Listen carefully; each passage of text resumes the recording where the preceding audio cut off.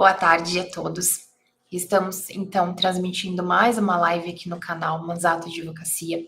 Para quem não me conhece ainda, meu nome é Bruna Manzato, sou advogada, especialista em aposentadorias e em planejamento previdenciário. E hoje nós vamos conversar um pouquinho sobre a aposentadoria de brasileiros que moram no exterior. Então, hoje, cerca de 4,5 milhões de brasileiros moram no exterior. E a pergunta que eu recebo frequentemente aqui no escritório é a seguinte: doutora, como eu posso utilizar o tempo que eu estive trabalhando no Brasil antes de ter uma vida aqui no exterior? Como que eu posso utilizar esse tempo e me aposentar? Então, é sobre isso que nós vamos conversar nessa live. Se você ainda não é inscrito nesse canal, já se inscreva, por favor. Ative as notificações. Toda semana nós temos conteúdos aqui sobre direito previdenciário, sobre aposentadoria. Se você também conhece alguém que pode ter interesse em saber um pouco mais sobre a aposentadoria de brasileiros que moram no exterior, por favor, compartilhe esse vídeo também no seu grupo de amigos e não se esqueça de deixar o seu curtir aqui para que esse vídeo chegue a mais pessoas também. Então, dito isso, nós vamos falar um pouquinho a respeito dessa aposentadoria, né, para brasileiros que moram no exterior. Então, muita gente chega até o escritório e nós realizamos, né, ano passado e até metade desse ano, centenas de planejamento previdenciário para brasileiros que moram no exterior. Então, para vários países, como Israel, Estados Unidos, Portugal, Japão, Canadá. Então, esses são alguns dos países que a gente já realizou planejamento previdenciário aqui. E nós, né, vivenciamos aqui no escritório, diariamente, as maiores dúvidas dessas pessoas, que pode ser a sua dúvida também. Então, eu quis trazer esse vídeo para você, para explicar um pouquinho como que funciona e o que que você deve fazer, né, para verificar a sua aposentadoria o quanto antes. Então, como que funciona essa aposentadoria para brasileiros que moram no exterior, né? A gente tem a possibilidade de duas questões: de utilizar tempo, né, de contribuição do Brasil e somar esse tempo a tempo de contribuição realizado no exterior. Então, essa é uma possibilidade. E nós temos outra possibilidade também de utilizar o tempo aqui no Brasil e continuar contribuindo como facultativo ou como individual. Aí eu vou explicar para vocês a diferença dessas duas categorias e como que você pode fazer, né, a contribuição de maneira correta, para que todo esse tempo também seja somado ao tempo que você já tem aqui no Brasil.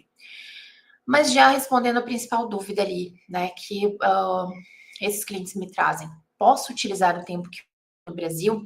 Então, por exemplo, né, você tem 10 anos aqui contribuídos no Brasil e você foi para o exterior e mora lá já há 20 anos e nunca mais realizou nenhuma contribuição lá no exterior. Ainda é possível reaver esse tempo de contribuição? Posso utilizar ele, continuar pagando, juntar com o tempo do exterior? E sim, tá? É possível sim você fazer as duas coisas: utilizar esse tempo de 10 anos e continuar pagando, né, de maneira facultativa ou individual para completar o seu tempo de contribuição e atingir uma regra de aposentadoria aqui no Brasil. Ou você pode também utilizar esses 10 anos, que é o exemplo que eu estou usando aqui, para uma aposentadoria e utilizar tempo que você tem lá contribuído no exterior para completar esse tempo de contribuição, tá? Então, existem essas duas possibilidades. Então, como que funciona para quem quer voltar a fazer as contribuições aqui para o INSS, para que possa, né, utilizar isso para aposentadoria? Então, é possível, né, fazer essas contribuições. A única questão é que o CPF, né, dessa pessoa, desse segurado, ele precisa estar ativo aqui no Brasil. E isso, né, não se confunde com saída fiscal, tá? Então, se você já deu a sua saída fiscal aqui do Brasil, tá? Não tem problema nenhum. Você só tem que estar com o seu CPF ativo, não pode ter nenhuma questão ali, né, de irregularidade, né? Por exemplo, CPF suspenso, CPF inativo. Então, aí a gente vai ter né, uma dificuldade de você voltar a contribuir, tá? Mas isso também é possível de regularizar. Então, se você deixou algum débito para trás, você precisa fazer a regularização para que você passe, então, a contribuir ali, que essas contribuições, né, sejam efetivamente consideradas para a sua aposentadoria. E quais os tipos de contribuição a gente tem aqui, né, para brasileiros que moram no exterior? Então, a gente tem, né, a opção facultativo, que é a mais comum, que é o que a gente mais vê aqui no escritório, que são aquelas pessoas que não recebem uma renda aqui no Brasil. Então, se você não tem renda aqui no Brasil, né, você é um contribuinte facultativo, tá? E aí existem duas modalidades de contribuinte facultativo, tá? A modalidade do plano simplificado, que é aquela alíquota de 11%, que só pode ser feita com base no salário mínimo, tá? Ou a alíquota comum. E essa alíquota comum, né, ela tem ali uma alíquota de 20%, tá? Os códigos entre elas mudam.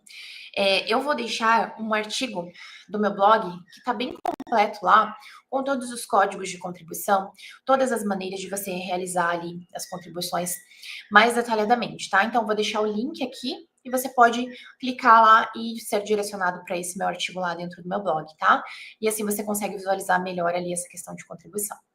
Então, existem essas duas formas, né, de contribuinte facultativo, porém, a gente também, né, existe aquelas pessoas que fazem alguma prestação de serviço aqui dentro do Brasil e, né, se elas têm, né, essa prestação de serviço, se elas têm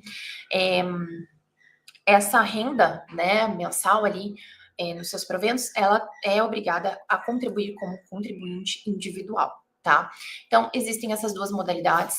A mais comum delas é a facultativa, tá? Então, o que esses brasileiros, né, eles vêm até o escritório e normalmente, né, dentro ali de um estudo mais detalhado do caso deles, a gente analisa que realmente, né, a maneira correta deles realizarem as suas contribuições é como contribuinte facultativo, tá? Então a gente orienta ali como fazer, em qual código correto utilizar, né, fazer essas contribuições. Se nessa alíquota de 20%, porque aí são contribuições maiores do que salário mínimo, ou se é nessa alíquota reduzida, tá? De 11%. E muito importante, né, uma questão ali que eu falei para vocês, referente a juntar o tempo que você já tem aqui no Brasil, com complementar isso com contribuições futuras, como contribuinte individual facultativo, ou utilizar esse tempo que você já tem no Brasil e juntar com um recolhimento ali que você fez dentro do exterior. É possível também, tá? Porém, a gente tem que observar se o país em que você está residindo, se o país em que você está trabalhando, ele tem acordo internacional de previdência, tá? Então, ele tem acordo previdenciário com o Brasil. Vários países, dentre eles, né, esses que eu citei aqui para vocês no início da live, eles têm sim acordo internacional, porém, nesse artigo que eu deixei para vocês aqui embaixo, também vai ser direcionado para o blog, e vocês vão ver lá uma lista mais completa de todos os países que possuem acordo internacional com o Brasil. Então, duas coisas que eu preciso falar aqui. Se você vai utilizar o seu tempo do exterior para completar tempo de contribuição já ocorrido aqui no Brasil, é necessário ter esse acordo de previdência. Se você vai, né, utilizar o seu tempo já contribuído no Brasil e continuar ali fazendo as suas contribuições como facultativo ou individual, não é necessário ter acordo, né, de previdência entre os países, porque você vai complementar as suas contribuições pagando as suas contribuições. Você não vai utilizar tempo de fora, tá? Então, não precisaria ter acordo nessa possibilidade, tá? Porém, se você vai utilizar tempo de fora, você sim precisa ter o acordo, né? O país que você mora precisa ter um acordo internacional. Então, só para citar alguns países para vocês que possuem esse acordo internacional de previdência com o Brasil: Argentina, Bélgica, Cabo Verde, Canadá, Chile, Colômbia, Espanha, Estados Unidos, Equador, El Salvador, França, Grécia, Israel, Itália, Índia, Japão, Paraguai, Portugal, Suíça, Uruguai, entre outros, tá? Deixei uma lista mais completa lá no blog para vocês darem uma olhada também, tá?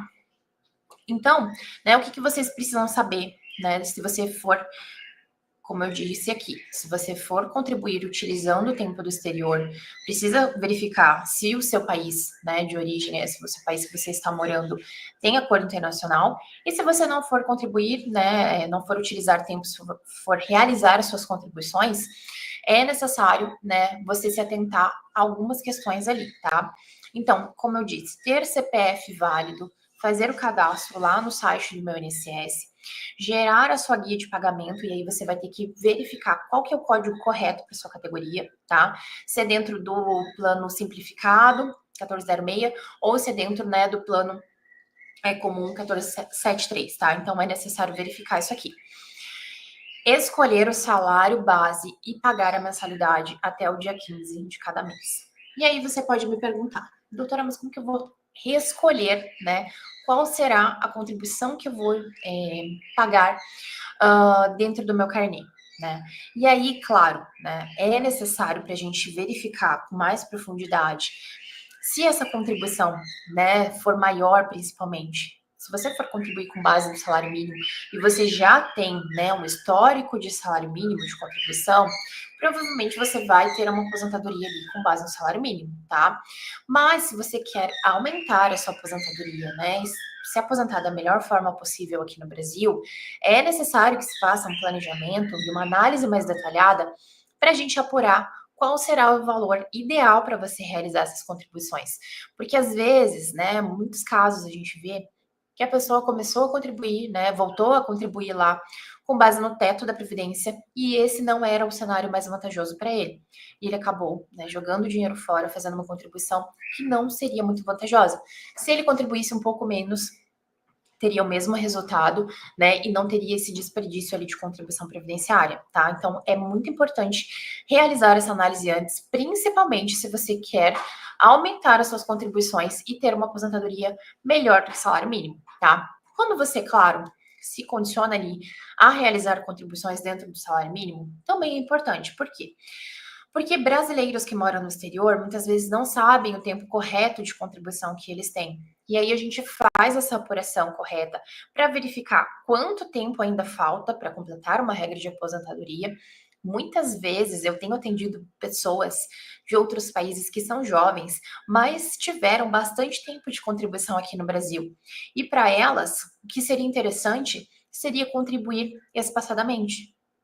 E aí isso, né, faz com que a pessoa contribua ali de 6 em 6 meses, mantendo qualidade de segurado, às vezes aumentando o valor, vai depender muito, né, do caso específico, mas isso é totalmente possível. Então, se essa pessoa não busca orientação e começa a pagar contribuição todos os meses, né, isso também faz com que ela tenha um prejuízo financeiro muito grande. Então, é necessário sim analisar o seu caso antes de você voltar a fazer essas contribuições, tá? Claro, contribuir dentro dos códigos corretos, né?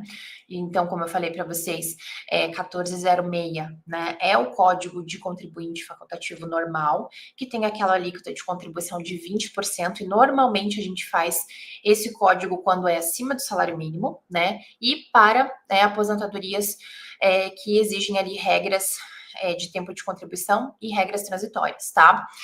Código 1473, que é o código simplificado, que você consegue pagar um pouco menos, né, de contribuição previdenciária, que é a alíquota de 11%. Porém, aqui só é possível contribuições até um salário mínimo e contribuições que não vão entrar, né, contribuições que vão entrar somente para aposentadoria por idade. Aposentadoria por tempo de contribuição, né, nesse caso aqui, não seria possível. Temos, né, ali a questão de utilizar também esse tempo de exterior. E como que funciona a utilização de tempo de exterior se você não for continuar recolhendo? Ou uma questão muito comum de acontecer é o seguinte: pessoas, né, que estão morando fora do Brasil e já têm uma idade mais elevada, tá? Então já tem ali, né, próximo aos seus 62 anos de idade, as mulheres e 65 homens tem um tempo de contribuição aqui no Brasil, porém esse tempo de contribuição no Brasil não é suficiente para fechar uma regra de aposentadoria, tá? Então não fecha ali, né, os 15 anos de contribuição, tá? Muito comum de acontecer também pessoas que têm mais idade, então elas já passaram da idade de uma aposentadoria, então os homens, né, atendo clientes de 67 anos, mulheres de 65 anos, que não se aposentaram ainda, porque não fecharam o tempo de contribuição aqui no Brasil. Muitas vezes até fecharam, mas não sabem disso, né? E aí, novamente, né, a importância de se analisar o caso, e poderiam ter aposentadas, né, até já há bastante tempo, mas não fizeram essa análise e acreditam que não pode se aposentar. Ou até mesmo, né, que realmente já ultrapassaram ali a idade para uma aposentadoria, mas não fecharam o tempo de contribuição necessário. E aí a gente precisa analisar o que seria mais adequado para o caso. Se é voltar a contribuir, mas aí, claro, essa pessoa, e é uma dúvida também muito comum, não poderia fazer essas contribuições de maneira retroativa, né? Então, pagamento de contribuição em atraso, ele não vale para carência. Nas aposentadorias por idade e até mesmo em outras aposentadorias, a gente tem, né, um tempo mínimo ali de contribuição que a gente chama de carência, que são contribuições pagas em dia. Então, para a aposentadoria por idade, isso é muito mais importante, porque para outras aposentadorias, normalmente a pessoa já cumpre esse requisito, né, porque tem muito mais tempo de contribuição. Porém, na por idade, a gente precisa ter essas 180 contribuições pagas em dia, então esses 15 anos de contribuição pagos em dia. E se você não tem esse tempo de contribuição pago em dia, você não pode realizar esse pagamento retroativo, porque isso não é carência. Carência são pagamentos em dia. Então, se você realiza a contribuição retroativa e você quer que isso seja considerado para a carência da sua aposentadoria, você não vai conseguir. Você vai, né, novamente ali jogar seu dinheiro fora e não ter, né, como se aposentar em decorrência disso, tá? Então, quando essas pessoas que nos buscam, né, que têm um pouco mais de idade, ali já ultrapassaram a idade, a gente analisa para utilizar tempo de fora, tá?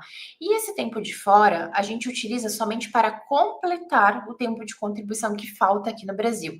Então, se um homem tem 65 anos de idade e aqui no Brasil ele tem 13 anos de contribuição, a gente utiliza esses 2 anos que faltam para chegar nos 15 anos trabalhados, né, efetivamente no exterior e faz o pedido de uma aposentadoria agora, né? Isso faz com que ele não precise pagar 2 anos de contribuição para frente, né? Porque como a gente só tem a possibilidade de pagar daqui para frente, ele teria que esperar mais 2 anos realizando o pagamento de contribuição.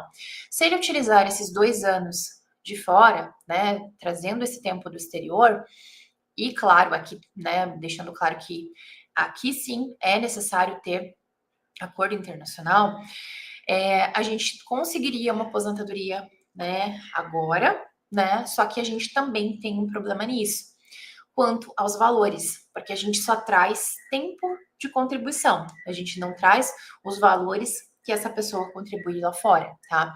Mas tudo isso a gente analisa ali, né, dentro